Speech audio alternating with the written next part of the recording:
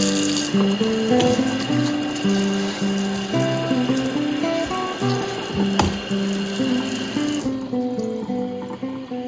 everybody, welcome back to another episode of A Gardener's Journey Homestead.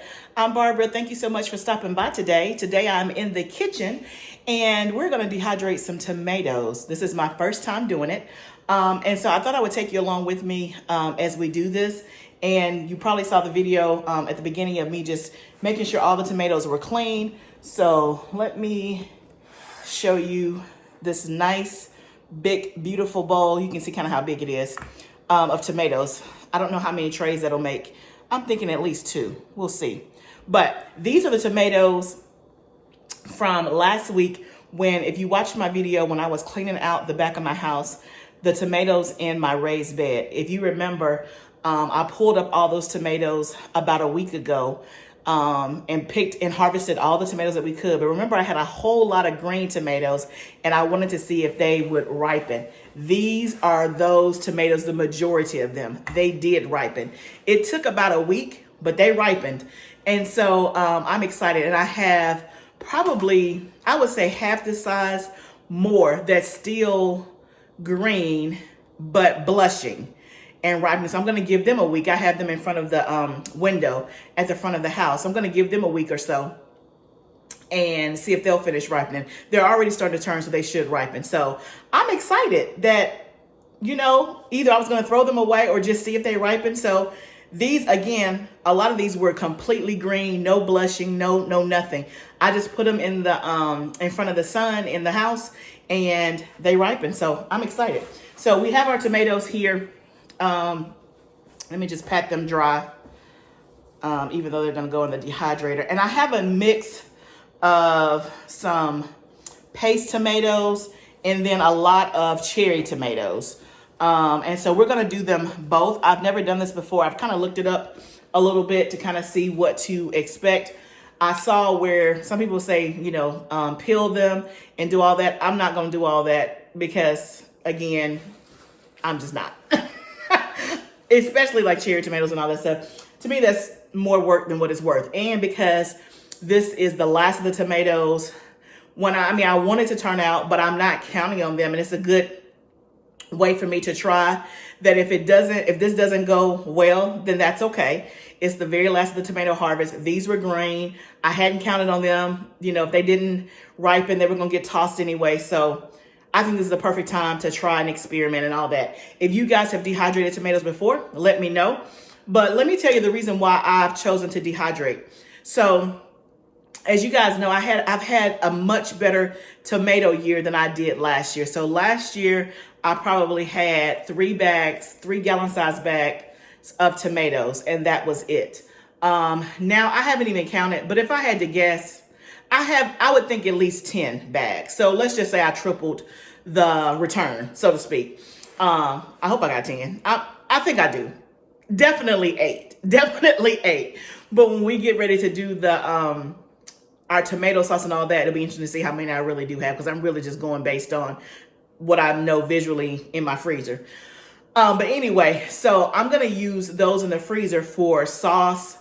And probably like spaghetti sauce, because that's what we use the most of. And because I don't know how many I really have and what that translates into in terms of, you know, quarts of sauce, then in my mind right now, I'm just going to do like spaghetti sauce. I'm not going to venture out and do spaghetti sauce, ketchup, barbecue sauce, pizza sauce, because I don't know that I have enough to do all those different kinds. But we'll see. I haven't done it. I have done the tomato sauce before. So out of those 3 bags of tomatoes, I did tomato sauce earlier this year that I didn't film. I got 3 quarts of tomato sauce and a quart of tomato juice. So anyway, we'll see. But today I'm dehydrating because I haven't done it before. And for 2 things. One, I'm thinking about making it into tomato powder. And the tomato powder you can use to intensify the flavor of soups and stews, like gives it a tomato flavor, but you can also take the tomato powder and make tomato paste. So I'm very interested in that. But then the other thing that I saw on somebody else's channel is that she took her dehydrated tomatoes when she was making her tomato sauce and she put them in there and it kind of acted like a thickener. and it made her sauce like really, really saucy, and just it gave it a nice texture. And kind of helped cut down some of the runniness. So I'm gonna try it and see what happens. So everything has been washed and cleaned. So I am going to cut them. Let's see if you can see. I'm just going to cut them in kind of uniform pieces, so to speak, and put on the dehydrator trays. Like I said, I have a mix of paste tomatoes and cherry tomatoes. So I'm gonna cut these kind of like, again, I've never done it before, but kind of like uniform pieces. And I'm thinking that the paste tomatoes are gonna dry quicker because they don't have as much juice, i.e. moisture, so to speak. So let's see if we can cut that little last one in half. And so I'm just gonna place them on my dehydrator tray.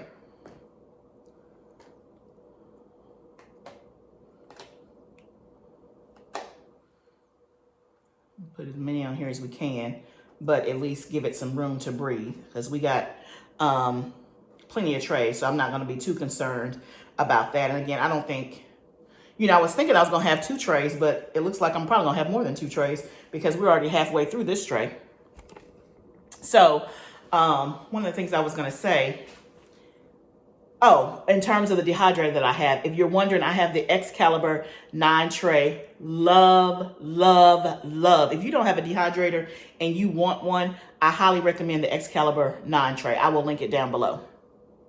So what I'll do now is I'm just gonna keep kind of going through slicing the tomatoes and see how many trays we get, and we'll go from there.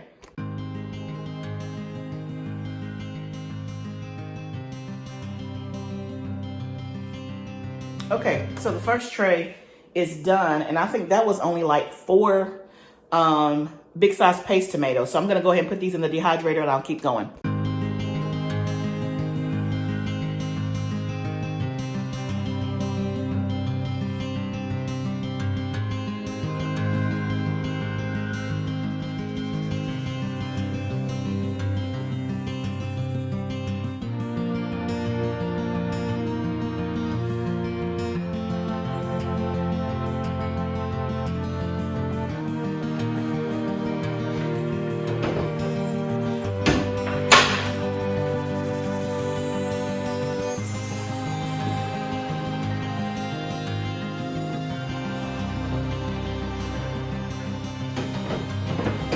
Okay guys, so we ended up getting 4 trays in the dehydrator, so that's good. I don't think that's gonna make a lot of powder, but that's okay. We're gonna try it out. It's our first time, and whatever we get, and if it goes well, hey, the more the better. So I'm doing this at 135 degrees on the dehydrator, and it says for 6 to 8 hours. So I'm gonna go ahead and set it for 6, and then we'll check it and see how it's going. Okay guys, it's been 4 hours later.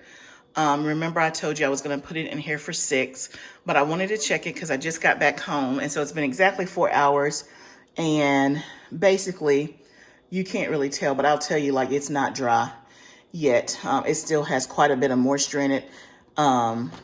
Even this little thin piece right there.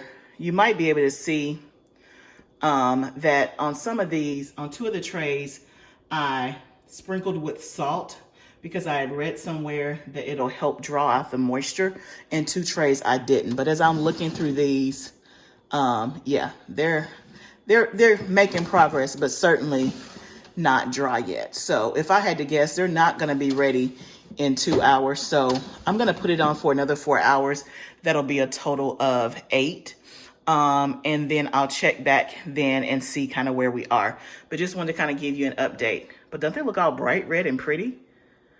Okay, so let's keep going.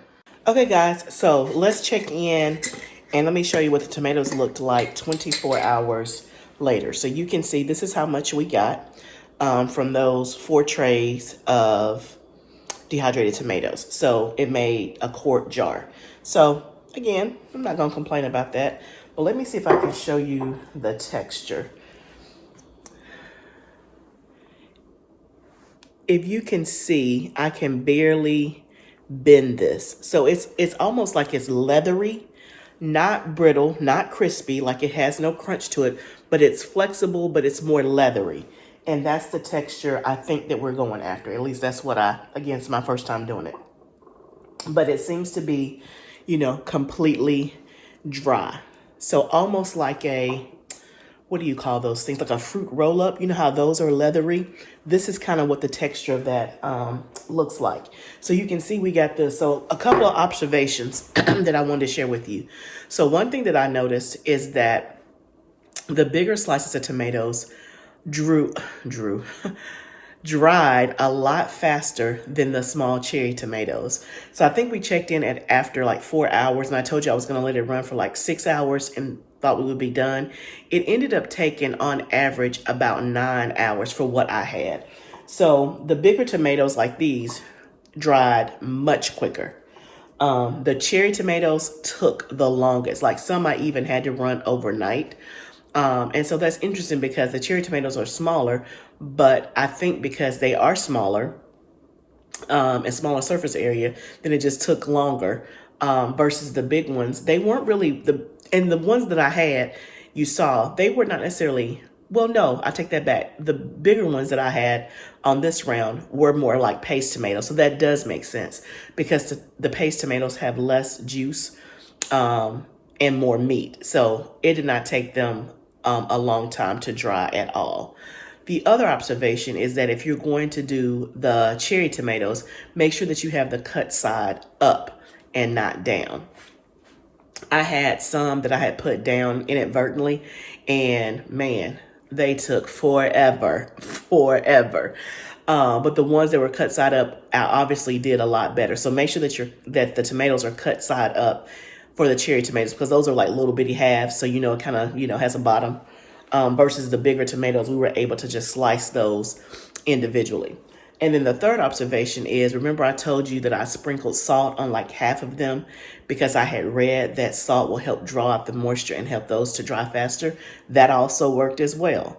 So the ones that I had sprinkled salt, the trays without those dried faster than the ones that didn't. So overall, I'm glad that I did it. So now, remember I told you 2 ways that you could use this is one, you can grind this up into tomato powder, and you can use that tomato powder to make tomato paste or to kind of flavor soup, stews, whatever rice, whatever you use a tomato tomato seasoning for.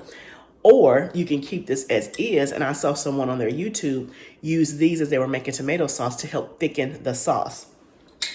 So I thought I was going to keep this. Like, I just like having this on my pantry shelf just because it's pretty and beautiful and colorful.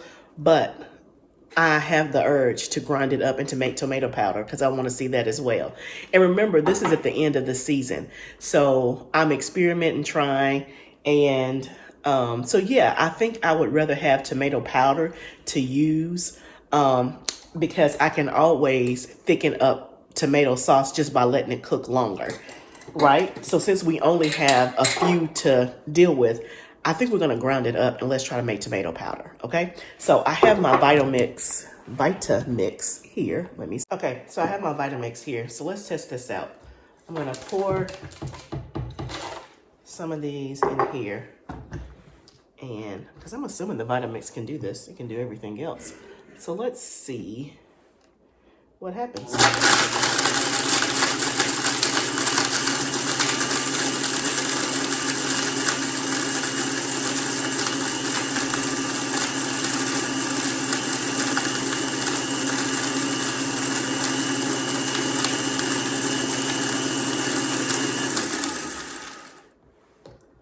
You can kind of see here, it's more flaky. I want it to be like a smooth powder. So that was like on 5 or 6. So I'm going to turn it up. And I wonder, should I put all of this in here at one time? It's a Vitamix, right? It's supposed to handle anything. Let's just see what happens. Let's see what happens.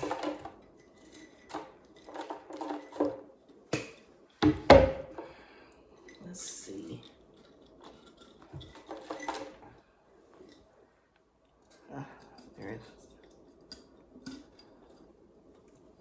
Ah, gotta get my hand out of there. Okay. So I'm gonna turn this up and see what happens. Okay.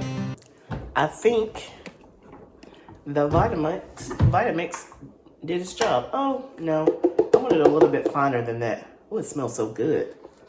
You can kind of see a little bit of the texture. Here, let me get a spoon so you can really see.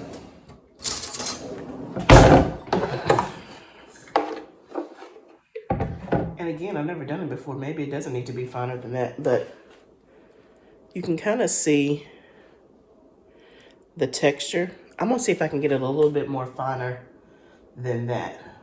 But y'all, I like it. It smells like fresh tomatoes.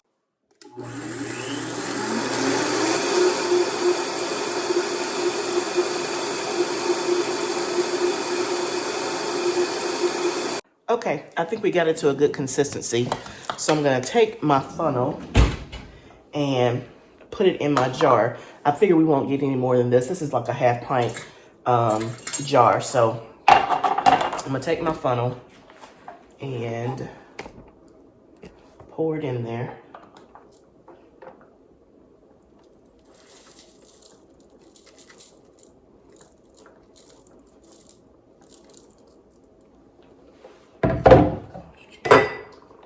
Got some stuck around the blade here.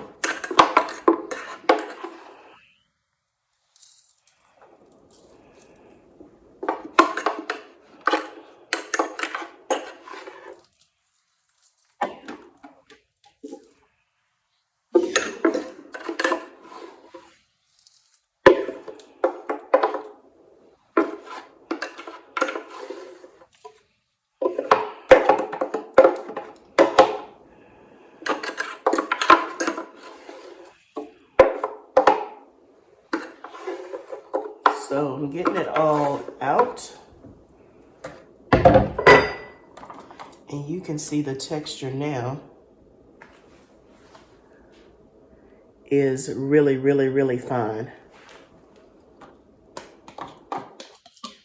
And y'all, it made literally a whole half a jar. Look at that. That's a half a pint. We got that from 1 basket of tomatoes, which translated into 4 trays of dehydrated, which translated into a quart-sized jar of dehydrated. But then when we ground into powder, we got a half a pint of tomato powder. So that is really cool. Now I wonder how much tomato paste this would make. I'm gonna keep this as is. Y'all know I like pretty stuff. It's just pretty. It is just pretty. And it smells just like tomatoes. I keep saying that like it's not supposed to, but it does. So what I'm gonna do now is I'm actually gonna vacuum seal this jar. This is something I hadn't talked about. I don't think I've shown it here, but obviously I'm not gonna can this. It's dry, you can't can it. But instead of me just putting a regular lid on it, because I don't know how soon I'm gonna use it, I wanna preserve it and make sure that it stays okay. So I'm actually gonna vacuum seal this, just like you would vacuum seal stuff that you put in your freezer. And so if you don't know, you can buy attachments to vacuum seal your jar. So I'm gonna show you exactly how I do that. I'll get my vacuum sealer out, but this is what the attachments look like. There is one for a regular mouth, and there's one for a wide mouth glass. This is actually a regular mouth. So this is what we're gonna use. And then you get this attachment, this tubing that goes to your vacuum sealer. So let me grab my vacuum sealer and I'll show you how it's done. It's like easy as 1, 2, 3. Okay, so I have in my vacuum sealer. So I don't know that I've ever vacuum sealed on my YouTube channel. So I do use a vacuum sealer. I don't use it often, but it is one of the things that I feel like you definitely need to have. And again, when we talk about preserving foods, there's so many different ways to preserve. And when you're freezing, a lot of times it's good to vacuum seal it because you can kind of reduce, obviously, the air in the bag, which is going to create the freezer burn, and it's going to last longer, especially if you're doing like meats and stuff like that. But even like when you're doing green beans, broccoli, things like that, It's good to vacuum seal, stuff like that. So I do use it for various different things. I just haven't shown it, but I do think it's important that you do know. If you don't know and don't have it, is to get this attachment to seal your jars. It's great for sealing stuff that are in jars that you want to kind of preserve a little bit longer. So my particular vacuum sealer actually comes with this accessory where you can vacuum seal jars. I got this probably last year, so it's probably a year old. So at the time it was the newest food saver, one of the newest that they had. But if you don't have one, remember I told you when you buy this and this, it actually comes with the tubing. So let me remember how to do this because it's been a minute since I actually sealed some jars. So I have a new lid I'm putting on there, and then this goes on the top. It just fits over it. You can see it just literally places it down, and then you can see there is a hole in the top. So that is where, if you were using your attachment that came with it, you would put one side here and then one side would go into your food saver. But because I have the nice fancy food saver, it automatically came with one. So I'm just gonna take this and pop it into my thing here. So you can see I'm gonna turn my vacuum sealer on, and then I'm gonna press accessory.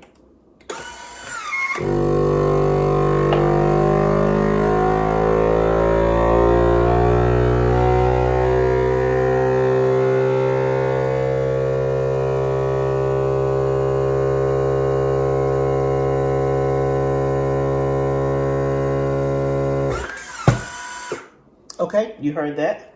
So we're gonna take this out. We're gonna take this off. Uh-oh, the rubber part came off. And then the jar is sealed, just like that. Now, I just realized it looks, oh yeah, no. So you guys can see that?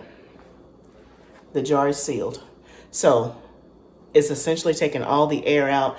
It's gonna last a lot longer, you know, on my pantry shelf, which is good. Look at that, so pretty. So yeah, just like that. And again, you can test it by just holding it by the lid. It's sealed, just like if you were canning something. So we're all done with that. So that was a fun little experiment. And so I definitely will be adding this to the list next summer on my tomatoes. Because I want to do some more, excuse me, to like thicken up sauces and stuff like that. But then we can make more tomato powder, and we'll see how we use this as the winter goes on. I'm sure I will either use it as tomato paste and make some tomato paste. And again, I'm wondering how much it'll make. So I'll have to look that up. And how much tomato paste I can get out of this. So I'm sure in a pinch it's gonna come in handy, or I can use it to kind of like flavor some tomatoes. Some tomatoes to flavor some rice. You know how when you do Mexican rice and things like that. So I am excited. So if you have not done this before, definitely, you're still getting tomatoes, then check it out. If not, then add it to your list for next summer. So I hope that this helped you guys as we learned how to dehydrate tomatoes. I showed you the texture, I showed you the process, and showed you how to grind it up in the Vitamix. Also, I have a coffee grinder, but because the coffee grinder is smaller, I just use my Vitamix because I can get all of that done lickety split instead of trying to, piecemeal it out. And then also we vacuum sealed it. So hopefully this helped you. If you have done this, done dehydrated tomatoes before, pop it down below and let me know how you have used yours. Let me know if you did anything different than I did so I can learn as well. And let me know if you're gonna try it next summer. I appreciate you guys stopping by today to see what was going on in my kitchen. Remember, gardening is a journey. This is all part of it. Let's grow together. See you next time, friend.